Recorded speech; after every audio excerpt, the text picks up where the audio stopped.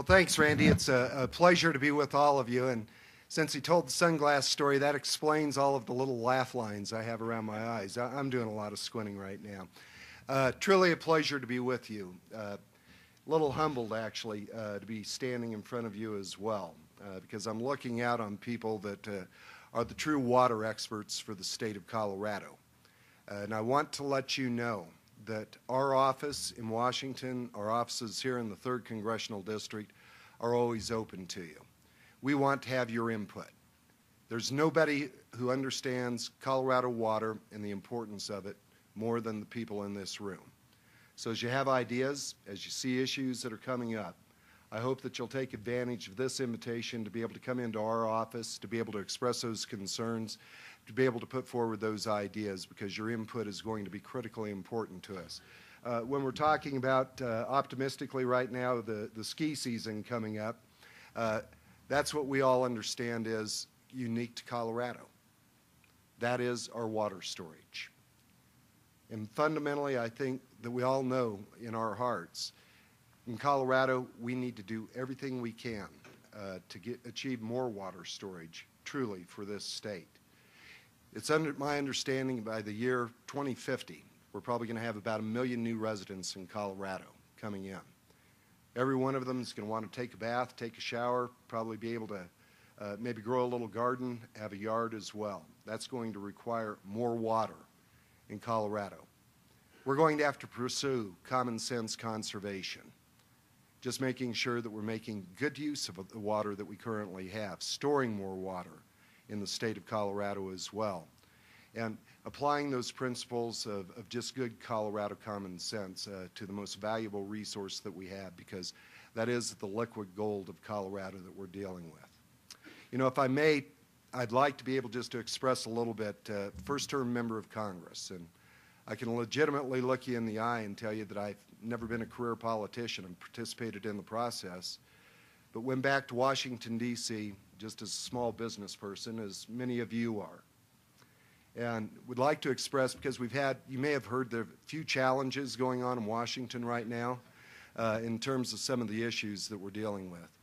When we had the continuing resolutions that were going on, we had one late night. We were there till like 2:30 in the morning.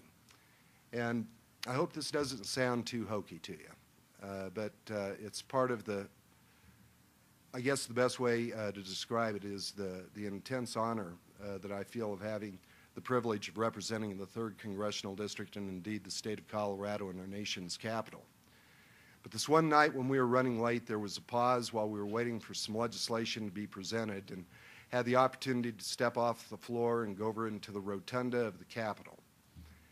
And I looked up and looked around, and I was the only person standing in the rotunda of the Capitol of the United States of America.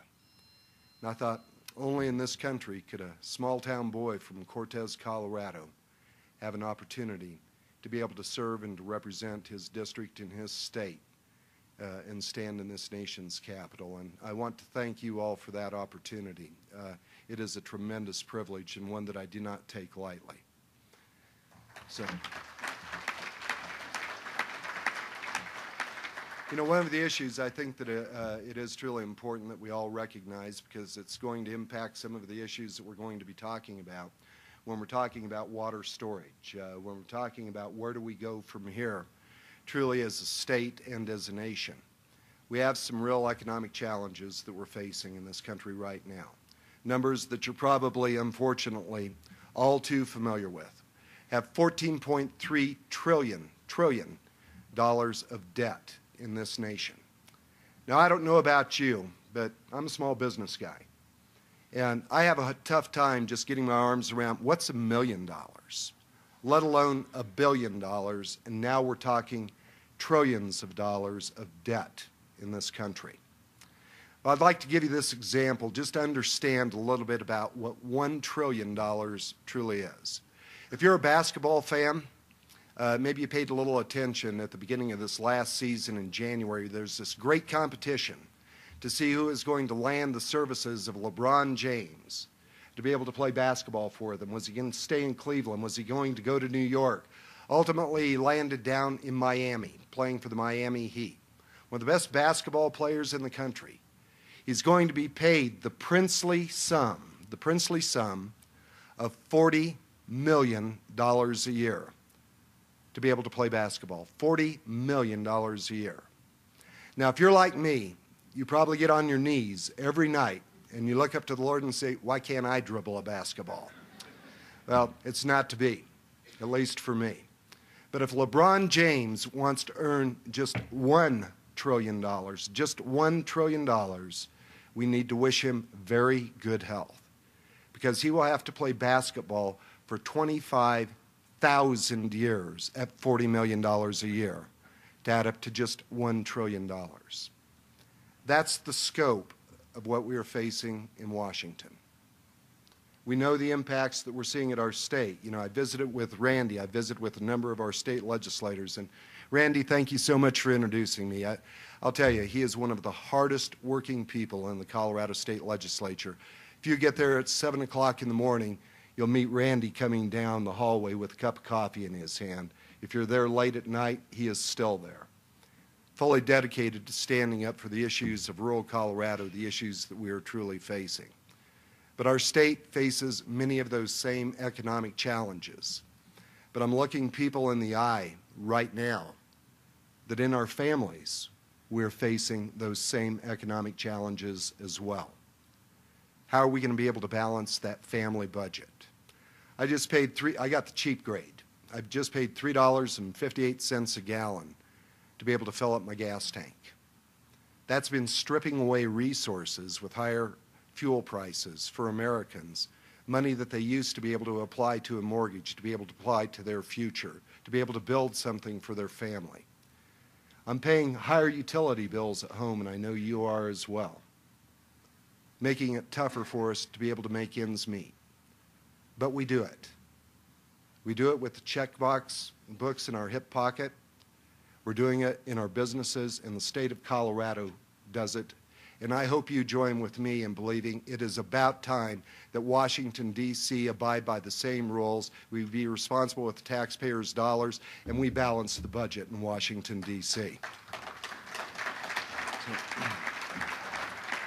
You know, today I'd like to take a little opportunity just to provide you with a little bit of a legislative update on a couple of items that I am working on during this session of Congress that will impact some of Colorado's water. During this session, our focus in the House and Natural Resources Committee that I serve on, it's remained on creating jobs, being able to get our people back to work, because when we're talking about enhancing revenues back to Washington to be able to supply some of those needs for dollars, let's get people back to work in this country. I just left Mesa County about 2 hours ago, 10.5% unemployment, and that's just the official unemployment that is sitting there. Throughout the 3rd Congressional District, we have better than double-digit unemployment officially in the majority of the counties of the 3rd Congressional District of Colorado, probably into the high teens when we get into the real numbers of the underemployed and those who have simply given up looking for work. We have to be able to get America, the 3rd Congressional District, the state of Colorado, back to work. And that's been a lot of our focus in terms of some of the issues that we're facing and dealing with in terms of the Energy Committee. I believe that getting people back to work, I believe that this is best done through an all-of-the-above energy policy when we're looking at the 3rd. That's going to be one of our primary areas of being able to get people back to work. This approach is going to include both proven and alternative energy technologies as well. A critical piece of this energy strategy that is especially relevant here today at this Water Congress is the production of proven clean hydroelectric power. Hydropower is the cheapest and cleanest source of electricity available through modern technology. It's the highest source of non-carbon emitting energy in the world today and accounts for approximately 75% of the United States' total renewable energy electricity generation. And it's making it the leading renewable energy source of power truly in this country. We have some opportunities to be able to develop that further. Nearly 37% of Colorado's renewable energy is hydroelectric power, but only 33.7% of all of Colorado's energy power is hydroelectric power. We have a significant opportunity in this state to follow the lead of many of our western neighbors in expanding this clean energy alternative of a renewable source of power for our country and for our state, creating badly needed jobs in this district as well, particularly, again, for the 3rd Congressional. However, as it stands, no major electric hydro-powered facilities have been built in many years. Existing facilities are being drained by endless litigation, regulatory obstacles that we're facing that stifle production and lead to increased electricity prices and storage shortages in many regions of the country. I'm currently working on legislation in the Congress. We're calling it our RIS, Regulatory Impact Statement. Let me see if this makes sense to you. I think it's some good Colorado common sense that needs to be applied in Washington, D.C. One of the great challenges that we have is Congress creates an overarching piece of legislation, and then it's left up to the bureaucracy to be able to fill in those blanks, to be able to write those regulations. Well, once we get down the road, we see compounding regulations. We heard testimony this morning during a subcommittee hearing down in Grand Junction of conflicting regulations from different departments with no streamlining of those regulations. New regulations are coming on board. In fact, 2,200 new regulations since 2009 are being proposed and going to have real impact in terms of our ability to be able to create jobs and to be able to achieve results. Does it make sense to you that before those regulations go active, with the full knowledge that the only reason an agency exists is through the authority that was granted to it by Congress, would it be appropriate for those regulatory agencies, before regulations go active, to bring them back to that authoritative body, to the Committee of Resource, for review, for comment, and for approval? To me, that makes sense. Because the problem that we truly face with a lot of the regulations which are inhibiting job growth and getting this economy moving once again in this country is, if you want to remove a regulation, it has not been voted on by Congress. But that regulation has the impact of law.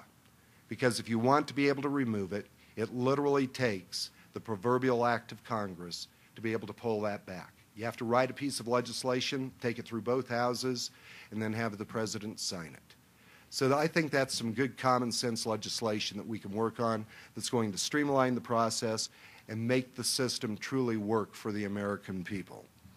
In March, on the Water and Power Subcommittee that I sit on, we held an oversight hearing to examine federal regulations that are blocking job growth and abundant water and power supplies. As a part of this discussion, we looked at the potential future regulatory obstacles to water deliveries and hydropower generation that will further compound economic hardships in rural communities. It was made abundantly clear during those hearings that regulation and litigation are stifling hydropower production in this country, significantly impacting electricity prices and passing those costs on to the consumers who, I don't need to remind you, are already stressed. Today, federal power customers pay hundreds of millions of dollars in indirect and direct costs associated with judicial interpretations and with federal regulations. I'm working on the Water and Power Subcommittee to be able to find ways to repeal those bureaucratic regulations and to open up those opportunities to expand responsible production of clean and sustainable hydropower. By promoting efforts from smaller sources while maintaining our existing hydropower infrastructure, we can utilize thousands of miles of pipelines, canals, and ditches across the western United States to be able to generate clean, cheap, and sustainable hydroelectric power. Earlier this year, I co-sponsored the Small-Scale Hydropower Enhancement Act of 2011 with Representative Adrian Smith out of Nebraska. This legislation has costly regulatory hurdles, addresses and eliminates costly regulatory hurdles, which render small-scale hydroelectric power projects on non-federal conduits and make them unfeasible. We're going to create those opportunities to make those feasible. This will open the door to increased power and production while decreasing seemingly endless legal fees and streamlining the bureaucratic approval processes. I'm co-sponsoring this legislation because I support this common sense effort to increase renewable energy and increase that production to help create jobs right here in rural America. I look forward to working with all of my colleagues, because when it gets down to water, this isn't a Republican issue. This is not a Democrat issue. This is an issue for all of Colorado and an issue truly for all of our country. My colleagues on the Water and Power Subcommittee, I want to be able to work with all of them to take action on regulatory reform that will make hydropower production easier and more efficient while creating those jobs here at home. This session, I've also been exploring measures to ensure that Colorado water remains under our local control. Earlier this year, I met with representatives of the Colorado Water Conservancy District to be able to discuss how this could best be achieved. Based on our conversations, I'm currently examining legislation that will remove the Colorado River through the McGinnis Canyons from current and future evaluation for wild and scenic river inclusions. This would ensure that the Colorado water remains under local control. Chris, you were back at the meeting that we had on that in Washington, D.C. Administration, by removing the threat of restrictive federal management of the Wild and Scenic Rivers Act, and this water, however, remains adequately protected, which I think is very important for all of us, protected by state and local oversight as well as a significant presence of dealing with species of fish that are listed under the Endangered Species Act. We're able to do that at the local level because I believe I can look every person here in the eye. Nobody cares more about our water, our rivers, our streams, and our quality of life than the people sitting in this room. We need to be able to play that role. And Chris, I greatly appreciate your efforts coming back to Washington, working with us on this. Any potential legislation that we're going to be dealing with will also ensure that the wilderness boundaries do not include or any way implicate the Colorado River by creatively allowing the wilderness boundary to be able to float and to be able to ebb with the flow of the river. I think this is a creative approach to dealing with it. The wilderness boundary will be at the water's edge, whether in flood or in drought or in between. This allows for a clear and obvious boundary while ensuring and protecting the provisions of the Wilderness Act and do not have creating unintended consequences for affecting Colorado's water resources or the responsible use of our state's waters. We have significant opportunities to be able to protect and responsibly develop our precious Colorado water resources while keeping Colorado's water under local control.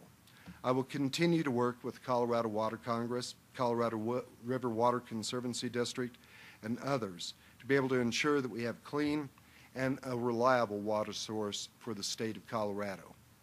You know, I truly believe in my heart Colorado can lead the way with the expertise that we have in this room in terms of dealing with water conservation as we see the growing population of this country. Back in 1960, the census said there were 130 million Americans. The latest census said 313 million Americans, and we continue to grow.